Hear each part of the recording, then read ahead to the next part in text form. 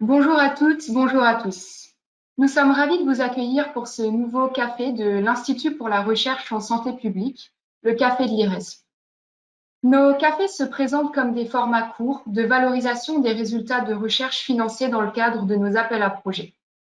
Notre pari, c'est de consacrer 30 minutes à la présentation de résultats d'une recherche qui est finalisée ou qui arrive à son terme et d'échanger tous ensemble sur le sujet.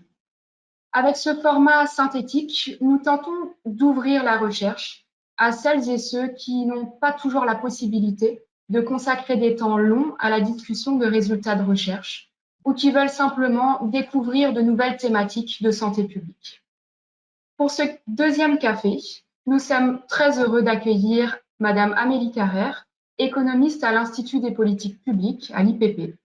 Elle nous présentera les résultats de la recherche intitulée DIMADO, prise en charge de la dépendance des personnes âgées, une analyse des déterminants de l'institutionnalisation ou du maintien à domicile. Ce projet a été porté par Emmanuelle Cambois, directrice de recherche à l'Institut national d'études démographiques, à l'INED, et très largement mise en œuvre par Amélie Carrère dans le cadre de la réalisation de sa thèse de doctorat. DIMADO a été financé dans le cadre de l'appel à projet handicap et perte d'autonomie de 2015. Alors, je vais inviter Madame Amélie Carrère à se joindre à nous. Je vais ouvrir sa caméra.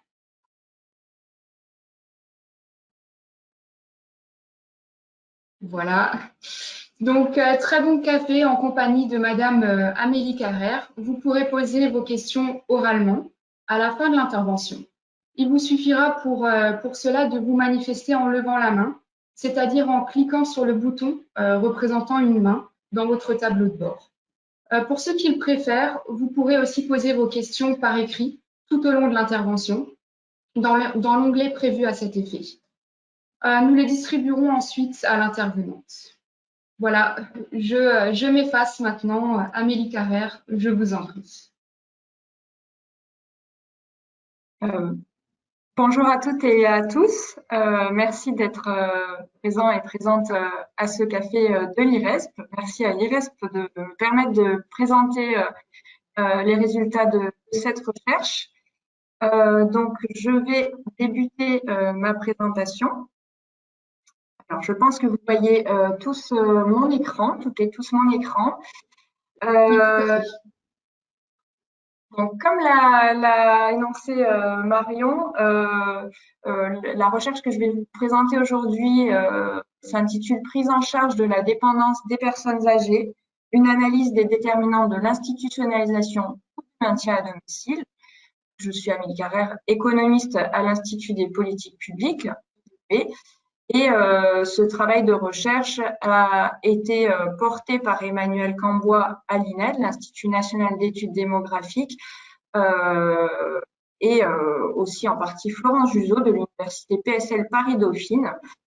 Donc, il a financé une grande partie de mon travail de thèse de doctorat au sein de l'Institut national d'études démographiques et de l'Université PSL Paris-Dauphine.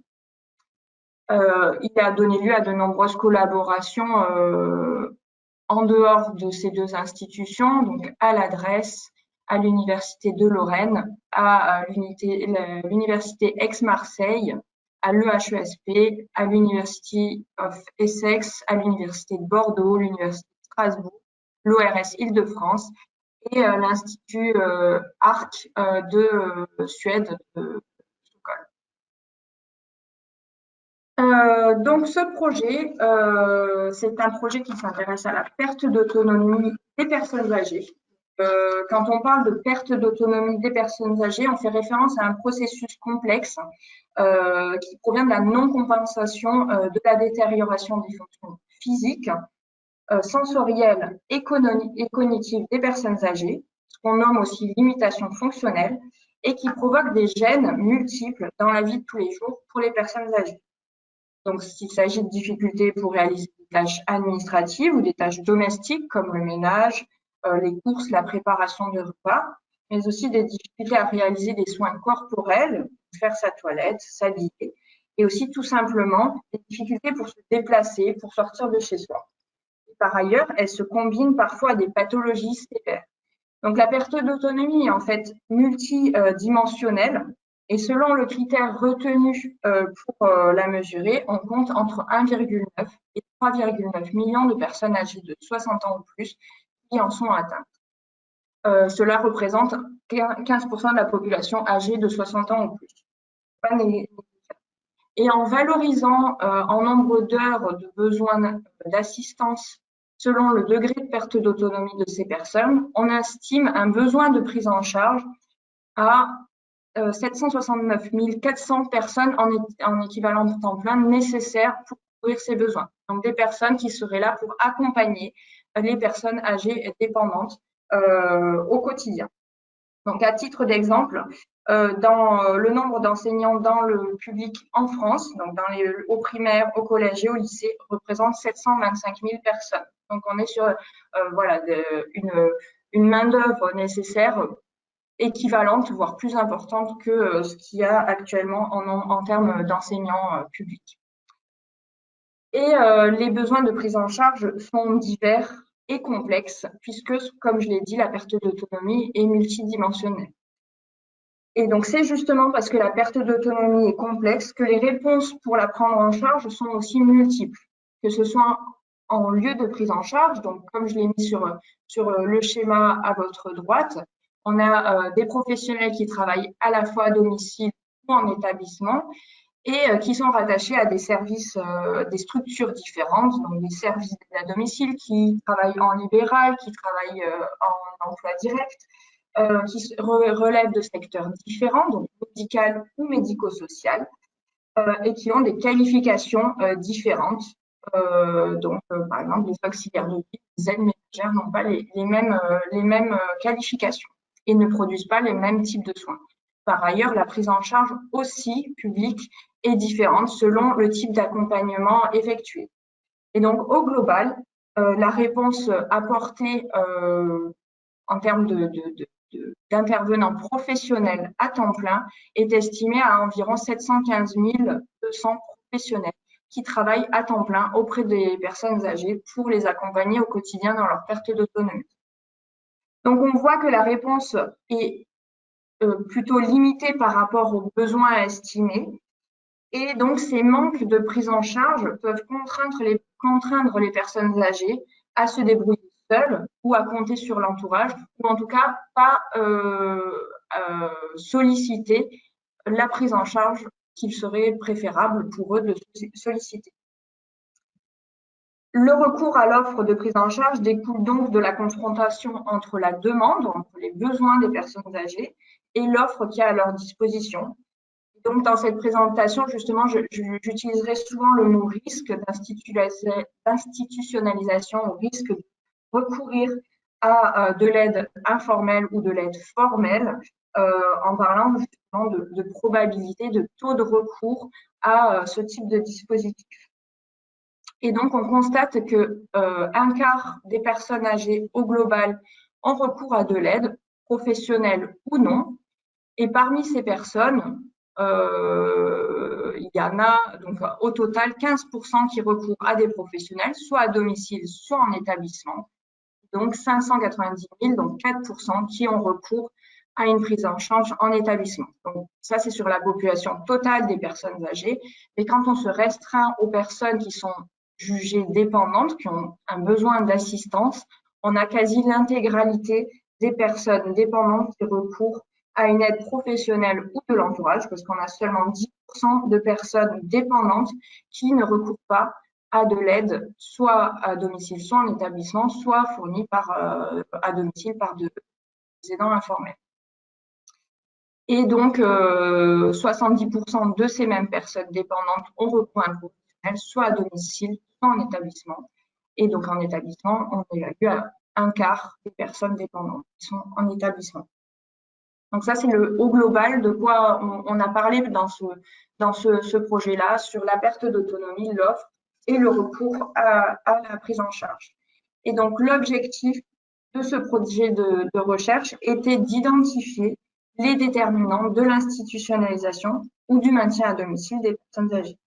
Et les objectifs sous-jacents étaient de comprendre pourquoi les personnes âgées recourent spécifiquement à certaines modalités de prise en charge plutôt qu'à d'autres, pourquoi certaines personnes vont en établissement plutôt qu'à domicile avec de l'aide informelle. Et spécifiquement, l'objectif était de voir en quoi l'offre de prise en charge pouvait contraindre les choix des personnes âgées. Donc, cette recherche se plaçait dans le contexte français où, comme je l'ai indiqué, il y a une multiplicité des modalités de prise en charge, donc à domicile, en établissement, avec de l'aide formelle, professionnelle, ou de l'aide informelle issue de l'entourage, de l'offre médicale ou médico-sociale. Et cette prise en charge, ces modalités de prise en charge ont aussi beaucoup évolué au cours du temps, puisqu'on a eu plutôt des politiques de virage domiciliaire, en tout cas d'affichage de virage domiciliaire qui ont été proposées, et donc à une apparition nouvelle de services d'aide à domicile, plutôt une favorisation du maintien à domicile via le recours à des services d'aide à domicile. Et par ailleurs, le contexte français est un contexte décentralisé où la gestion de la prise en charge de la perte d'autonomie est gérée par les départements qui ont un levier sur à la fois l'offre en quantité, mais aussi la prise en charge, l'encadrement des tarifs déjà, donc l'encadrement du coût de la prise en charge et l'encadrement aussi du taux de prise en charge, donc des allocations qui sont versées aux personnes pour financer une partie de ces dépenses. Et donc, ce projet a utilisé des approches empiriques pour identifier les contraintes économiques d'offres et de besoins qui influencent les choix des personnes. Donc, on a mobilisé des données quantitatives d'enquête pour visualiser quel mode de prise en charge les personnes choisissaient. Donc, là, sur cette diaporama, donc, on part de la partie de droite où on visualise si les personnes sont à domicile ou en établissement avec de l'aide informelle ou de l'aide formelle. Et donc, on va regarder aussi leurs caractéristiques en termes de déterminants de la demande, donc en termes de besoins, de préférences et de contraintes budgétaires, mais aussi ce qui se passe dans leur environnement autour, donc en termes d'offres de prise en charge formelles et informelles, et donc formelles en coût et en quantité. Donc, l'objectif de ce projet est de voir quels éléments contribuent à recourir à un mode de prise en charge plutôt qu'à un autre. Donc, j'ai essayé de vous synthétiser l'ensemble des résultats. Donc, je n'ai pas fait le choix de focaliser sur un résultat en particulier, mais donc de vous synthétiser l'ensemble des résultats. Donc, ce qu'on trouve, c'est qu'on a, que concernant la demande, on a des besoins de prise en charge différents et qui ne mènent pas au même type de choix en termes de prise en charge. On a des limitations physiques lorsqu'elles sont cumulées aux restrictions d'activité qui conduisent plus souvent à une prise en charge à domicile avec de l'aide formelle ou informelle. Des limitations cognitives ou des restrictions d'activité sans limitation fonctionnelle physique qui conduisent plus souvent à une prise en charge en établissement. Au niveau des caractéristiques sociodémographiques des individus, on constate que, comme attendu, l'avancée en âge conduit plus souvent à aller en établissement, même à état de santé équivalent, donc comme s'il y avait besoin de se sécuriser en établissement lorsqu'on avance en âge. Le fait d'être une femme, par contre, a plutôt un effet protecteur sur l'entrée en institution, donc plutôt favorise le maintien à domicile, mais uniquement lorsqu'il y a de l'aide informelle, de l'aide formelle disponible à proximité. Donc, si on donne les moyens aux femmes de rester à domicile, donc d'être prises en charge à domicile, elles choisissent plus souvent la prise en charge à domicile. Par ailleurs, les personnes nées à l'étranger ont plutôt plus recours à une prise en charge à domicile. Ensuite, il y a des inégalités économiques de recours aux différents modes de prise en charge. On constate plutôt que les catégories sociales défavorisées ont recours à une aide gratuite, donc à domicile avec de l'aide informelle, alors que les catégories sociales plutôt favorisées recourent majoritairement à une prise en charge payante, donc soit en établissement, soit à domicile avec de l'aide formelle. Au niveau des freins liés à l'offre de prise en charge, ce qu'on constate donc concernant l'aide informelle disponible, donc l'aide de l'entourage, le fait d'être en couple favorise le maintien à domicile, mais on constate que c'est de moins en moins vrai dans les années récentes, qu'il y a eu plutôt une baisse de la protection du fait d'être en couple. Et par ailleurs, plutôt des nouvelles formes peut-être d'assistance par l'entourage, où c'est plus le fait d'avoir des frères et sœurs permettrait de plus être maintenus à domicile. Par ailleurs, concernant l'offre formelle, on constate qu'à la fois les coûts à domicile et en établissement constituent des éléments déterminants sur les modes de prise en charge choisis. Donc le fait que le coût en établissement soit plus élevé favorise plutôt le recours à une prise en charge à domicile, et à l'inverse, le fait que le coût à domicile soit plutôt élevé favorise une prise en charge en établissement. Mais par ailleurs, ces éléments de coût sont très liés aux éléments de quantité. Alors, on constate que le fait qu'il y ait des quantités de places en établissement plus importantes favorise plutôt le recours en établissement, mais comme je le disais, le fait que le coût et les quantités sont très liés entre elles. Donc, le fait que les coûts soient élevés sont aussi souvent liés au fait que les quantités soient faibles et inversement. Mais quand on raisonne à coût équivalent, on constate que seulement la situation où l'offre à la fois à domicile et en établissement est faible, et particulièrement lorsqu'elle est faible à domicile, conduit plutôt à une prise en charge en établissement. Et à l'inverse, concernant le domicile, donc quand on est à coût équivalent, seule la situation où l'offre à domicile et en établissement est importante, et particulièrement à domicile, conduit plus facilement à une prise en charge à domicile.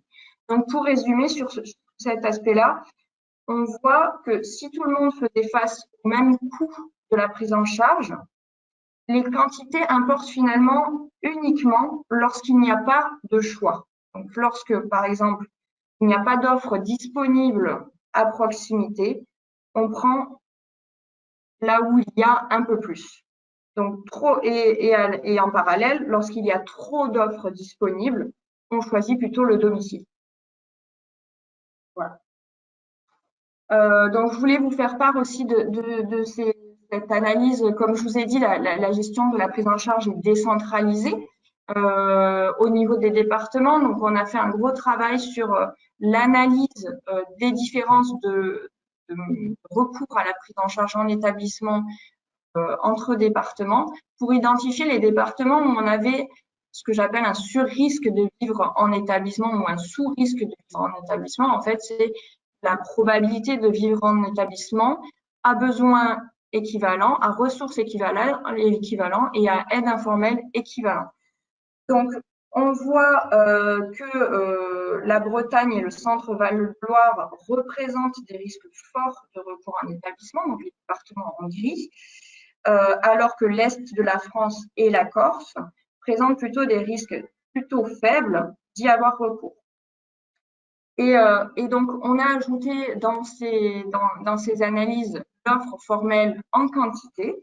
Et donc, on constate que si en plus l'offre à domicile et en établissement était identique en quantité sur tous les territoires, on aurait plutôt une atténuation des différences, puisqu'on voit que les départements extrêmes, donc en gris foncé et en presque blanc, tendance à disparaître. Donc, on a une réduction des différences de recours si l'offre en quantité était identique sur tout le territoire.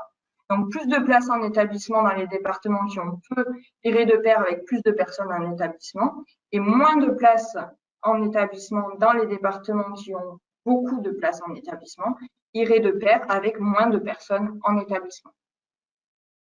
On a fait ce même travail en incluant aussi l'offre formelle en coût, donc uniquement. Donc la première carte, c'est la même que précédemment. Donc la seconde est en incluant différences de coûts. Et là, on voit qu'on constate l'inverse, en fait, qu'on a plutôt tendance à augmenter les différences territoriales de recours à l'institution en incluant les coûts.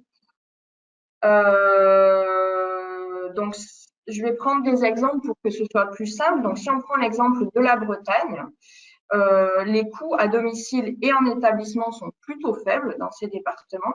Donc, augmenter les coûts aurait tendance à diminuer le recours aux établissements. À l'inverse, si on prend l'exemple de l'Est, qui a plutôt les coûts à domicile et en établissement qui sont élevés, surtout les coûts à domicile élevés, si on diminuait les coûts, ça n'aurait pas d'effet sur le recours en établissement. Donc, les départements restent en blanc. Diminuer les coûts ne fait pas aller plus en établissement. Si on prend l'exemple du centre, par contre, on voit que les coûts en établissement donc, sont très bas et donc les augmenter diminuerait le recours en établissement. Donc les effets sont assez différents selon justement la cherté de l'offre à domicile et en établissement. Donc c'est aussi très lié aux dispositions à payer des personnes sur les territoires puisque les coûts de l'offre sont aussi liés aux ressources qu'ont les personnes puisque les salaires sont assez indexés sur les coûts de la prise en charge, le coût de l'aide professionnelle. Donc ces éléments viennent en combinaison. Donc, tous ces éléments apportent des questions pour l'action publique, pour les politiques publiques, puisqu'on voit que l'offre en quantité a tendance à homogénéiser les différences territoriales de recours aux établissements. Et l'effet de l'offre en quantité reste toutefois limité si cela ne s'accompagne pas d'un encadrement des coûts. Comme je l'ai montré, donc ne pas encadrer les coûts fait exploser les différences territoriales. Donc, en fait, en termes de politique publique, on peut se dire qu'il vaut mieux encadrer les coûts, avoir une offre variée en quantité, puisque ça a tendance à élargir le choix des personnes et aussi éviter des effets de sélection des personnes en établissement. Donc, ces résultats ouvrent un petit peu la réflexion sur la création d'un service public d'autonomie à domicile et en établissement, tout en gardant le système qu'on a actuellement à disposition avec un taux de prise en charge qui serait en fonction du revenu pour garder cette idée de contribution, comme on l'a vu, que les personnes qui ont une contribution plus forte à payer sont aussi sur des territoires où l'offre est plus chère et donc c'est normal, c'est justifié que la prise en charge soit un peu moins élevée. Par contre, là, une meilleure répartition de l'offre géographique et une uniformisation des coûts de l'aide professionnelle serait plutôt favorable. Un autre rapport de cette recherche est qu'on voit qu'il y a des nouvelles formes de solidarité familiale et aussi des inégalités sociales dans l'aide informelle, parce qu'on constate que les conjoints sont sans doute moins sollicités et on sollicite plus les frères et sœurs. Et en l'inverse, on voit aussi que les personnes fragilisées socialement ont plus recours à de l'aide de l'entourage, donc à de l'aide gratuite. Et donc, les évolutions démographiques aussi du marché du travail, les conséquences de l'aide sur la santé, la volonté de maintenir les personnes âgées à domicile sont sans doute des éléments qui contribuent à faire émerger ces nouvelles formes de solidarité. Et donc, ces solutions, le fait que les personnes plus socialement défavorisées aient plus recours à une aide gratuite, a des conséquences pourtant financières, économiques et sanitaires pour les personnes lésées dans l'entourage de ces foyers socialement défavorisés. Donc, voilà, il faut, je pense, avoir une réflexion aussi sur le financement et l'accompagnement de l'aide informelle, puisque si on veut opérer un virage domiciliaire, cette réflexion soit plus aboutie en complément d'une offre formelle mieux prise en charge à côté. Donc ces travaux ont fait l'objet de différentes publications, mis à part ma thèse de doctorat. Donc vous pouvez aussi les retrouver le site de l'IPB sur lequel vous avez d'informations sur ces publications-là. Je vous remercie.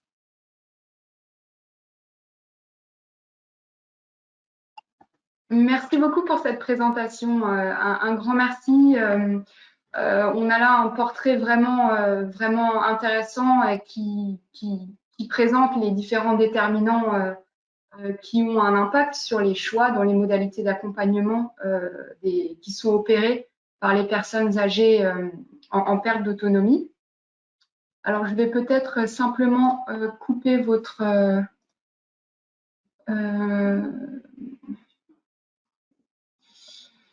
alors, voilà. En principe, on voit encore votre écran.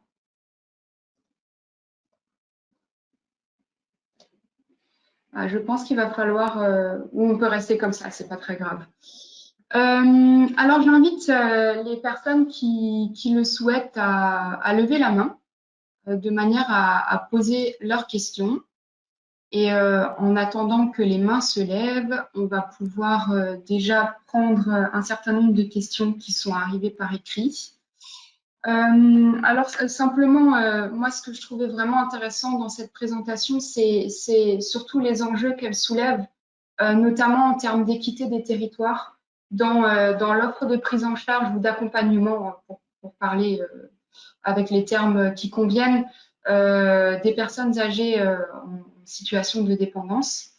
Des enjeux d'équité des territoires, mais aussi des enjeux actuellement en termes de réflexion pour les politiques publiques et notamment sur l'évolution des modes d'accompagnement avec ce virage domiciliaire qui fait répercuter un certain poids aussi dans l'accompagnement de la dépendance à des publics qui peut-être étaient moins mobilisés ou à une certaine époque, notamment les aidants informels et d'après ce que vous dites aujourd'hui, de plus en plus les fratries.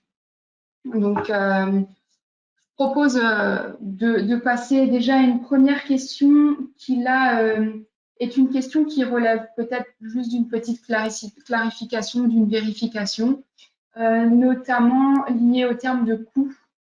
Lorsque vous évoquez le terme de coût, est-ce que cela signifie le reste à charge de la personne âgée et de sa famille?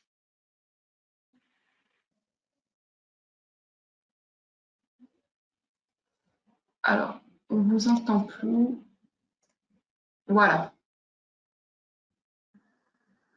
Non, on ne vous entend pas. Là, c'est bon. C'est bon, parfait. Donc oui, il s'agit donc dans certaines analyses, c'est le coût uniquement et non pas le reste à charge avec les allocations qui seraient versées par les départements. Mais dans l'analyse départementale, par exemple, on a bien le coût en reste à charge en faisant, évidemment, on n'a pas le détail pour chaque personne, donc c'est une sorte de micro-simulation où on impute des allocations aux personnes selon leurs caractéristiques de perte d'autonomie et de ressources pour estimer le taux de prise en charge auquel elles auraient droit. Donc c'est vraiment du reste à charge avec aussi en établissement social à l'hébergement, mais pareil, il peut y avoir du non-recours. Donc c'est des données simulées et en tout cas en reste à charge sur cette partie-là. D'accord, très bien. Alors, une question là que je découvre. La question du financement de l'aide informelle est centrale pour des aidants qui renoncent en partie à une vie sociale et professionnelle. Cependant, les études montrent que ce rapport économique entre l'aidant et l'aidé vient complexifier leur relation et pose ici la problématique de l'isolement du binôme aidant-aidé.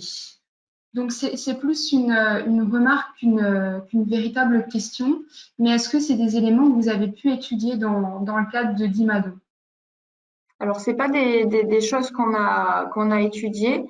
Par contre, je vais faire un peu de publicité pour les travaux qu'on fait à l'Institut des politiques publiques. Il y a une note qui va sortir le 6 octobre, donc la semaine prochaine, sur l'implication dans l'aide au sein du couple. Donc, lorsqu'un des conjoints est dépendant, et donc justement voir quel type de page, c'est pas de l'isolement à proprement parler, mais voir aussi ce que ça implique sur le couple lorsque un des conjoints devient dépendant et quel type de tâches sont réalisées. Et donc, c'est réalisé au prisme du genre, donc pour voir aussi ce que ça implique différemment en termes de sexe. D'accord, merci beaucoup. Donc, je vous invite à rester vigilant et à suivre cette publication à venir. En parlant du couple, justement, là, on a une question qui demande, est-ce que vous avez des explications ou des hypothèses sur ce que vous soulevez, notamment le fait que le couple soit aujourd'hui un peu moins impliqué dans le maintien à domicile, ou en tout cas n'est pas un déterminant qui va à l'encontre de l'établissement.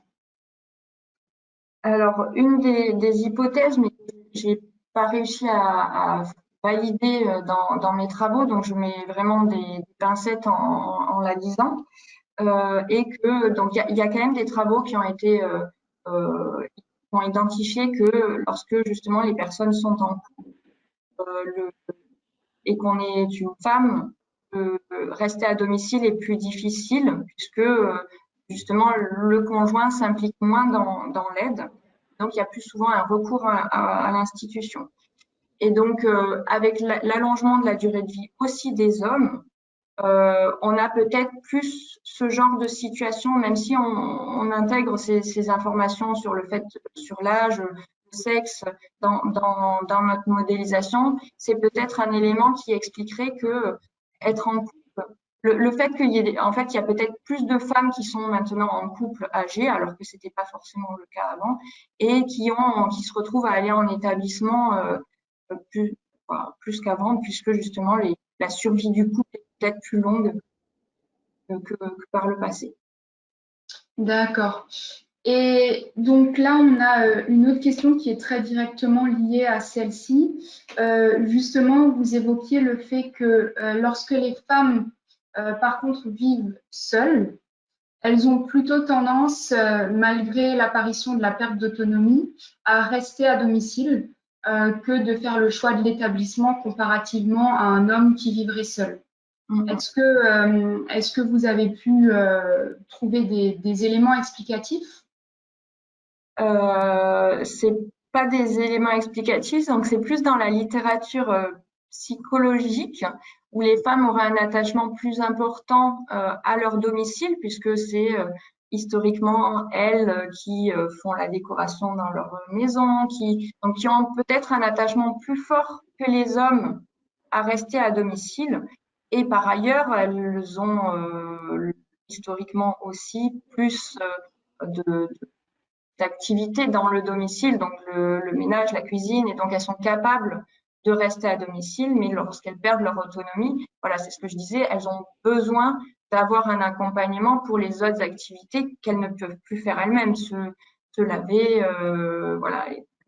En tout cas, dans la littérature psychologique, il y a ce genre d'éléments sur les différences hommes-femmes dans l'attachement au domicile qui pourraient expliquer ces différences-là. D'accord, merci beaucoup. Alors, je vois que le temps file, on est déjà au-delà d'une heure de 30 minutes. Je propose d'aller encore sur une dernière question avant de conclure. Une question qui fait référence au pourcentage que vous évoquiez, au pourcentage de personnes âgées dépendantes qui n'ont aucun recours à l'accompagnement. Est-ce que vous avez pu, dans vos travaux, observer déjà les choix qui sont opérés en remplacement de cet accompagnement, les situations de vie et surtout expliquer quelque part pourquoi il y a cette forme de non-recours?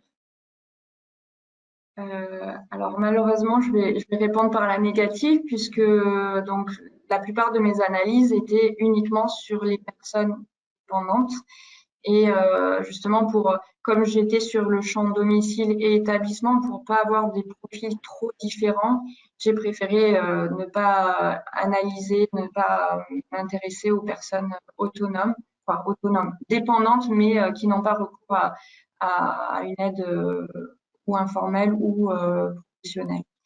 Donc, j'ai malheureusement pas d'éléments là-dessus. Eh bien, ça fera peut-être l'objet d'un prochain café. Ce sera l'occasion d'en discuter. En tout cas, un grand merci pour cette intervention qui est voilà, hautement d'actualité aujourd'hui par rapport à toutes les questions qui se posent dans le champ de l'autonomie sur l'accompagnement des personnes en situation de perte d'autonomie. Merci beaucoup. Encore une fois, c'était une intervention qui a été effectuée vraiment dans le cadre qu'on s'était posé.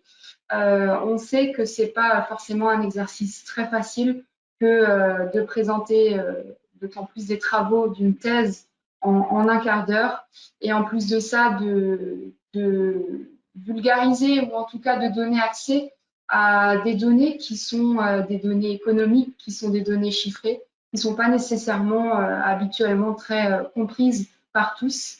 Vous avez vraiment joué le jeu. Merci pour cette intervention. Merci Alors, beaucoup. avant de conclure, simplement, je voudrais vous inviter à tous et toutes à retrouver les actualités de l'IRESP sur notre site internet, nos actualités et nos replays, notre site internet iresp.net. Nous vous donnons aussi rendez-vous notamment pour le 6e rendez-vous de l'IRESP qui se tiendra le 9 novembre et qui portera sur les représentations du tabagisme et les pratiques et stratégies de sevrage. Mais aussi, on vous attend également le 16 novembre pour le 7e rendez-vous de l'IRESP qui, lui, portera sur les défis de la transformation de l'offre médico-sociale dans le champ de l'autonomie. Retrouvez-nous, on vous attend avec impatience. Merci à tous.